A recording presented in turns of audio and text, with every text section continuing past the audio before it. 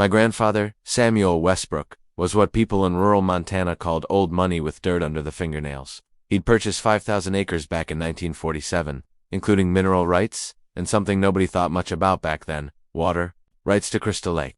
A pristine 2,100-acre body of water that sat like a sapphire in the center of his property. And when he died at 93, I inherited it all. I was his only grandchild, and my parents had passed years before. The lawyer's office in Billings felt surreal as Mr. Henderson read the will.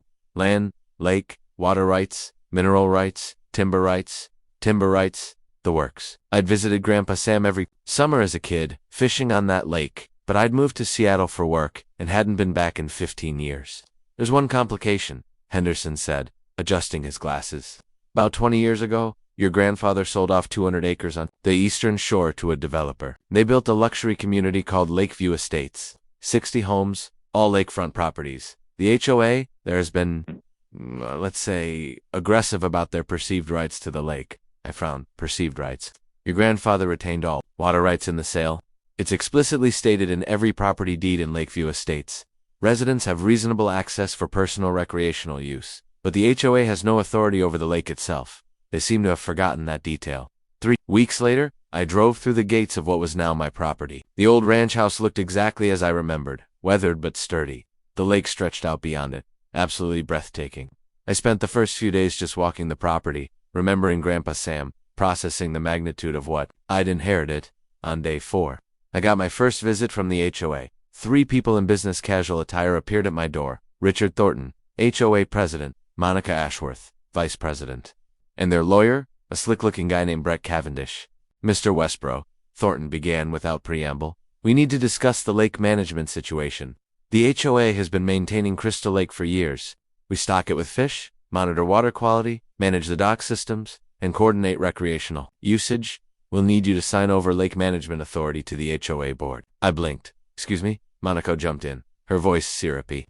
It's really just a formality. The lake serves our community. We've established protocols, safety regulations, and aesthetic standards. As the new owner, you'll want to ensure continuity of proper management. I'm not signing anything, I said calmly. I own the water rights. You're welcome to continue using the lake recreationally as the original sale agreement specified, but I'm not transferring any authority. Thornton's expression hardened. Mr. Westbrook, be reasonable. 60 families depend on lake access. Property values in Lakeview Estates are directly tied to the lake. We can't have some absentee landlord making arbitrary decisions. I'm not an absentee landlord. I'm living here. And they're not arbitrary decisions. They're my decisions. This meeting is over. Brett Cavendish spoke for the first time. Mr. Westbrook, I'd advise you to reconsider. The HOA has significant resources and legal standing. We've managed this lake for 2 decades. A court would likely recognize our prescriptive rights. I'd done my homework.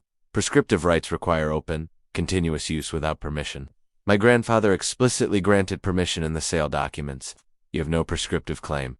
Now please leave my property. They left, but Thornton turned at the door. You're making a serious mistake. We protect our community's interests. Whatever it takes. After they left, I called Henderson. How solid are my water rights? Absolutely ironclad. Your grandfather was meticulous. Every document is filed with the county, the state, and the federal water registry. They can posture all they want, but legally, you own that lake. They seem to think they can intimidate me into giving up control. Henderson chuckled darkly. The HOA board has gotten used to running things their way. Nobody's challenged them. In years, they're in for a rude awakening. I stood on my porch that evening watching the sunset paint the lake in shades of gold and crimson. Grandpa Sam had protected this place for decades. He'd kept it pristine, balanced, natural, whatever the HOA had planned. I wasn't going to let them destroy his legacy the next morning. I found a certified letter in my mailbox. The Lakeview Estates HOA was formally notifying me of their intent to seek a court injunction granting them management authority over Crystal Lake, based on established community interests and historical management precedent. I called Henderson. They're actually doing it. They're suing for lake control. Let 'em. We'll bury them in paperwork. Your grandfather's documentation is bulletproof. But as I'd learn over the next few weeks, the HOA's lawsuit was just the opening salvo. They weren't interested in legal victory. They were interested in making my life so difficult that I'd give up and sign over control just to make them go away. They'd badly miscalculated who they were dealing with. The HOA's harassment campaign began subtly.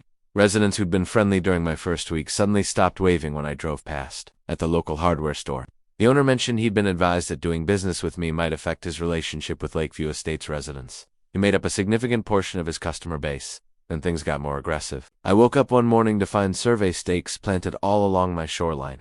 When I called the county, they had no record of any approved surveying. I pulled them all out and kept them as evidence.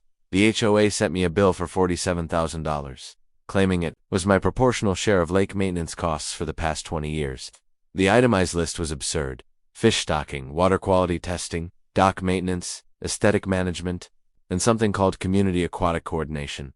Fees. I forwarded it to Henderson with a single word: seriously? His response came an hour later: file it under fiction. They have no legal basis to charge you for anything. But the most brazen move came 2 weeks after their initial visit. I was walking the South Shore when I discovered construction equipment and materials staged near the water. A work crew was preparing to build a large dock and boathouse. I approached the foreman, who authorized this construction. He consulted his clipboard. Lakeview Estates, HOA. We have a signed work order and payment. They said they own the lake. Did I own the lake in all water rights? This construction is not authorized. You need to leave. The foreman looked uncomfortable. Sir, we have a contract. We can't just... You're about to build an unauthorized structure on private property. That's trespassing and potentially criminal.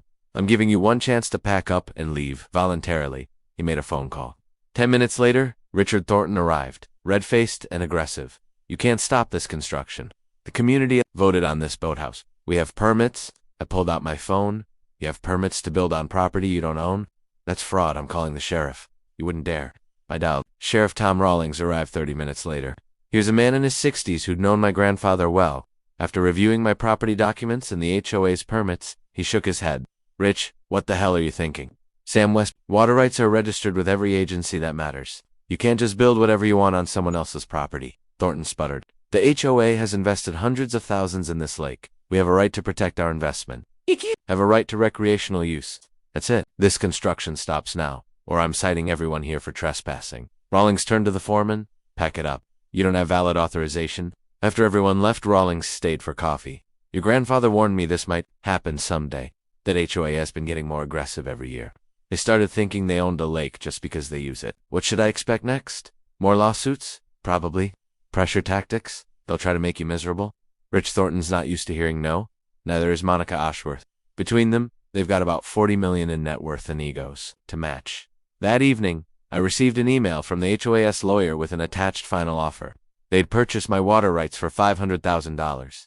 Henderson laughed when I forwarded it to him. The water rights to a 2,100-acre pristine lake. Those are worth millions, potentially tens of millions, depending on future development.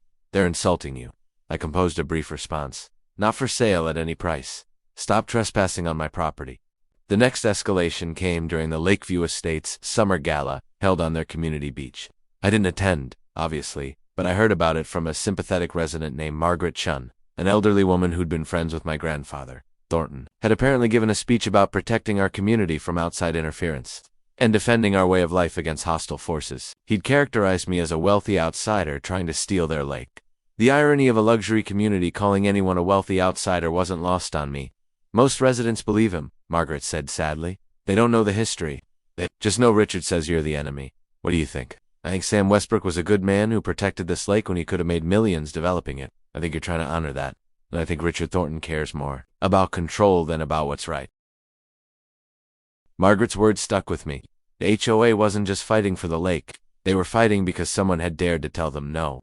In their insulated world of luxury homes and community rules, they'd forgotten that some things weren't theirs to control. They were about to learn that lesson the hard way. The HOA's next move was calculated and vicious. They filed for an emergency injunction, claiming that I was threatening to restrict lake access, and that such restriction would cause irreparable harm to property values and community welfare. It was complete fiction, but it got them a temporary hearing. I sat in the county courthouse across from Brett Cavendish and the HOA board. Judge Patricia Morales presided, looking skeptical from the start. Cavendish presented his case with practiced smoothness. Your Honor, Lakeview Estates represents 60 families who purchased their homes with the explicit understanding of lake access. For 20 years, the HOA has responsibly managed this lake. Now, Mr. Westbrook threatens to arbitrarily restrict that access, causing immediate and irreparable harm. Judge Morales turned to me. Mr. Westbrook, have you restricted lake access? No, Your Honor. I've explicitly stated that residents maintain their recreational access as specified in their property deed. Then what's the emergency? Cavendish jumped in. Your Honor, Mr. Westbrook has refused to cooperate with established management protocols. He's prevented necessary maintenance, rejected safety improvements, and demonstrated hostility to community needs. Henderson stood. Your Honor, may I present evidence? He submitted the property deeds, water rights documentation, and the original sale agreement. The HOA has recreational access rights only. All management authority rests with Mr. Westbrook. The maintenance they mention includes unauthorized construction that Sheriff Rawlings stopped for trespassing. The HOA is asking this court to grant them authority over property they don't own. Judge Morales spent 15 minutes reviewing documents. Finally, she looked up. Mr. Cavendish, your clients have no legal standing for this injunction. The water rights are clearly and unambiguously held by Mr. Westbrook. Motion denied. Thornton exploded. This is outrageous. You can't just, Mr. Thornton, Judge Morales said icily. You can't just build on someone else's property. Bill them for services they didn't authorize, or demand control of assets you don't own. This case borders on frivolous. If you waste this court's time again, I'll consider sanctions. We're done here. I should have felt victorious. Instead, I felt uneasy. Thornton's expression as we left the courthouse was pure rage. This wasn't over. I was right. 3 days later, I discovered they'd published a newsletter to all Lakeview residents, titled Protecting Our Lake. The Fight Continues. It painted me as a hostile interloper trying to privatize our community resource, and announced a special assessment of $5,000 per household to fund the legal battle. More concerning was the rumor campaign. Residents reported that I was planning to drain the lake, sell mineral rights to mining companies, or develop the shoreline. All lies, but effective ones. Then came the property damage. Someone cut my fence line in 3 places. My dock, a simple wooden structure Grandpa Sam had built, was vandalized. Security cameras I'd installed caught teenagers from Lakeview Estates. Spray painting thief on my boathouse. I provided the footage to Sheriff Rawlings. He identified the kids and paid visits to their parents. That's when I learned something interesting. One of the vandals was Richard Thornton's son. Rich claims he didn't know, Rawlings told me. But that kid didn't come up with this on his own. Someone's been poisoning these people against you. The final straw came when I found professional surveyors on my property again, this time with armed private security. I confronted them immediately. This is private property. Leave now. The security guard, a thick-necked man with a tactical vest, stepped forward. We have authorization from the property owners. I'm the property owner. Show me your authorization. He handed me a document. It was an official-looking survey permit issued by something called the Crystal Lake Community Authority, a name I'd never heard. Henderson exploded when I showed him. They created a fake authority. They're issuing fake permits. This is fraud, forgery, potentially criminal conspiracy. We filed complaints with the county prosecutor and the state attorney general. The investigation revealed that Thornton and 2 other board members had created the Crystal Lake Community Authority, filed paperwork making it look like a legitimate entity, and were using it to issue permits and authorize activities on my property. The prosecutor was furious. These people think money and position put them above the law. But before charges could be filed, the HOA made their biggest mistake. They decided to hit me where they thought I was vulnerable: water access. They dammed the creek that fed into Crystal Lake from the east, trying to reduce water levels and make the lake unusable. But they didn't know was that creek also provided water to 3 other properties downstream, including a small organic farm run by the Johnson family. When the Johnson's irrigation system ran dry, they investigated and found the dam. They called the State Water Authority, the EPA, and every environmental agency they could think of. Damming a waterway without permits violated about 15 different laws. The EPA inspector who arrived was not amused. Neither was the State Water Board or the Fish and Wildlife Service. Since Crystal Lake supported a native trout population, suddenly, the HOA wasn't just fighting me. They were fighting the full weight of state and federal environmental law. The next HOA board meeting was scheduled for a Tuesday evening. I wasn't invited, obviously, but Margaret Chun called me the next day to report what had happened. It was carnage, she said. The EPA, State Water Board, and county prosecutor all sent letters. The fines alone are over $800,000. Environmental remediation could cost millions. And 3 board members, including Richard Beff, are facing criminal charges for the illegal dam and the fake authority scheme. How did the residents react? About half are furious at the board for the legal exposure. The other half still think it somehow orchestrated this to destroy the community. It's ugly. The state's investigation expanded. Auditors discovered that the HOA had been billing residents for lake maintenance and improvements but had been spending that money on general operations and legal fees. The special assessment they'd announced was financing the board's personal vendetta, not community improvements. Residents who'd been blindly supporting the board started asking uncomfortable questions. Where had their maintenance fees really gone? Why had nobody verified the HOA's legal standing before launching expensive lawsuits? Who authorized creating a fake governmental authority? The criminal charges were the breaking point. Thornton, Monica Ashworth, and Treasurer Derek Price were all charged with fraud, forgery, and environmental crimes. Brett Cavendish was under investigation for his role in the fake permit scheme. The HOA held an emergency meeting and voted to remove all 3 board members. They elected new leadership, including Margaret Chun as interim president. Her first action was to call me. Mr. Westbrook, I want to apologize on behalf of the community. We were misled, but that's not an excuse.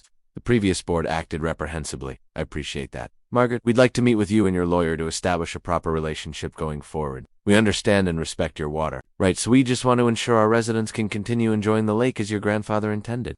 Henderson and I met with the new board the following week. They were humble, reasonable, and genuinely apologetic. We drafted a simple agreement.